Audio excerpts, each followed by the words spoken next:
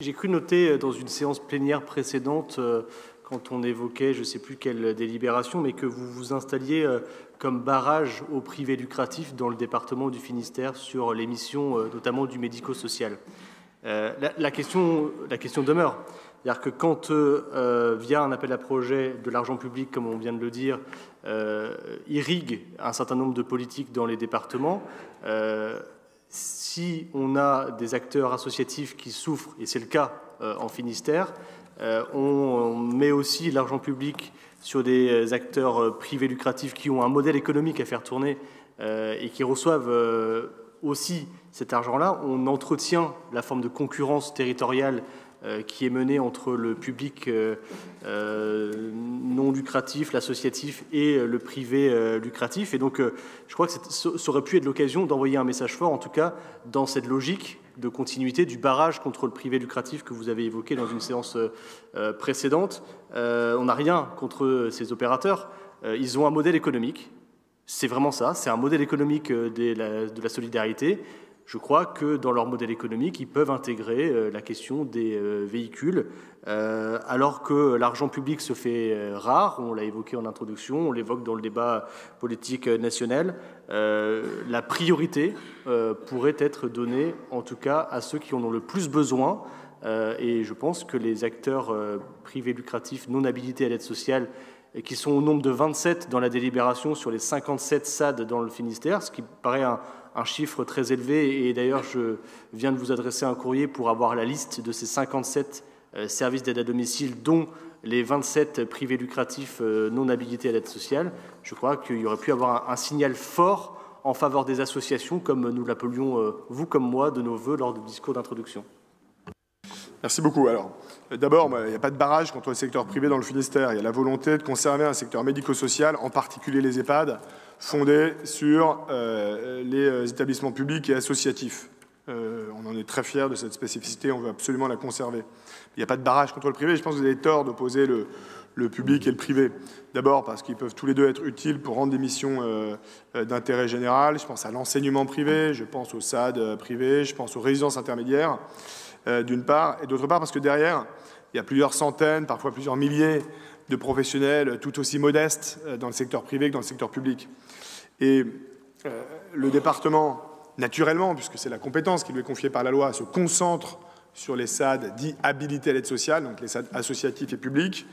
Donc, je n'ai pas entendu dans le discours de Mme Huon, mais je prends ça pour un satisfecit. Le salut adressé à la politique sociale du département, de la majorité, qui a rétabli l'équilibre. Rétabli l'équilibre. Il y a eu par le passé des problèmes avec les SAD. On a rétabli l'équilibre, 24 SAD sur 29. Donc ça, c'est d'abord la responsabilité qui nous est confiée par la loi. On a fait le boulot.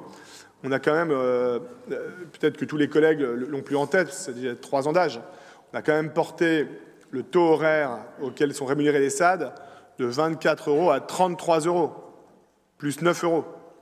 Sur ces plus 9 €, vous vous en souvenez d'ailleurs, on a critiqué cette réforme pour certains, sur ces plus 9 €, je rappelle qu'il n'y a que 1,50 € en moyenne, moins pour les personnes en situation de handicap, plus sur les hauts revenus, qui sont à la charge de l'usager, qu'il y a 7,50 € qui sont à la charge de l'État ou du département, c'est-à-dire à peu près 85-90%. Donc il y a eu vraiment un changement de paradigme complet sur le soutien au SAD public.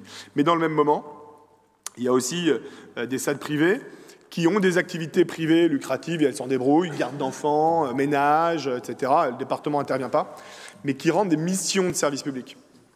Et de la même manière que le département finance des établissements privés, catholiques ou diwan, parce qu'ils rendent des missions de service public, eh bien, nous soutenons, mais uniquement pour la part de ces heures qui correspondent à des missions de service public, la prime Covid en début de mandat ou des véhicules.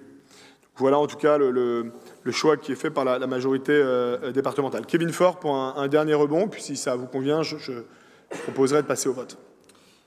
Oui, merci. Alors, on ne nie pas le fait qu'au début du mandat, il y a eu une possibilité d'intervenir fortement sur ce secteur-là. Je ne doute pas tout à l'heure qu'on aura le beau graphique qu'on a l'habitude de voir avec justement cette bulle de la capacité à agir du conseil départemental avec une explosion des droits de mutation et la fin du contrat de Cahors qui empêchait l'augmentation de plus de 5% des dépenses de fonctionnement de notre collectivité par le passé. Donc on se réjouit que le département du Finistère, indépendamment du basculement de la majorité, c'est pas ça le sujet, c'est qu'il y a eu une capacité à agir qui a été contextuelle et non pas politique. À ce moment-là, quand vous êtes arrivé, vous avez eu de la chance. Peut-être que la prochaine fois que je jouerai au loto, je vous demanderai des numéros, on aura peut-être plus de chance. Mais voilà, il y avait une capacité à agir, on l'a souligné. Mais sur la question du privé lucratif, donc je note une petite quand même inflexion par rapport à ce que vous avez pu dire par le passé, mais un secteur associatif, on met en place des CPOM, des contrats pluriannuels d'objectifs et de moyens. Quel contrat d'engagement réciproque on demande au privé lucratif? Puisqu'il va bénéficier de l'argent public, je pense qu'on devrait peut-être mettre en place des contrats d'engagement réciproque ou des CPOM avec ces acteurs dans le département du Finistère, puisque, vous le dites très justement, ils viennent intervenir dans le secteur des missions de service public et donc bénéficier d'argent public. Je crois qu'une chambre régionale des comptes l'exigerait, en tout cas une bonne rigueur de l'argent public permettrait de mettre cela en place. Et j'en profite pour évoquer un point qui est un tout petit peu en dehors de cette délibération, mais je profite de cette occasion sur les EHPAD. Je crois que la fusion des sections soins et dépendance est sans doute une très bonne nouvelle. Moi, je pense que c'est une bonne nouvelle. C'est une bonne nouvelle pour le budget de notre collectivité. Ça nous enlève 58 millions d'euros, si j'ai bien compris, sur une année pleine de dépenses. Alors certes, on aura des recettes en moins. Et évidemment, c'est pas, je ne commets pas l'erreur de dire qu'on aura 58 millions d'euros à injecter ailleurs, parce qu'on aura des recettes en moins. Mais du coup, le fait que l'État, via l'ARS, reprenne le financement direct à la fois du soin et dépendance est sans doute une bonne nouvelle pour le budget du conseil départemental. On a une dépense qu'on pourrait qualifier un peu de toxique, ou en tout cas de bancale en moins. Bonne nouvelle. Bonne nouvelle pour les structures qui ont reçu, me semble-t-il, le versement par l'ARS directement. Néanmoins, le fait que l'État ait repris ce financement, on connaît la qualité du climat de confiance qui peut exister entre l'État et des structures qu'il finance. Dans le temps, elle est quand même extrêmement dégradée. C'est sans doute le plus mauvais partenaire que peuvent connaître les collectivités ou que peuvent connaître les structures dès lors que l'État commence à injecter de l'argent. Et le risque, c'est que pour les usagers, il y ait un désengagement de l'État, une nouvelle fois, sur ce secteur-là. Et donc, je pense qu'on aura besoin de cette dynamique collective pour justement s'assurer qu'on ait des garanties de pérennité de la prise en charge complète dans le temps de ce secteur-là et que le conseil départemental, en tant que chef de file des solidarités, puisse conserver un pouvoir d'agir, en tout cas pour garantir que le service apporté aux usagers soit évalué et en constante amélioration.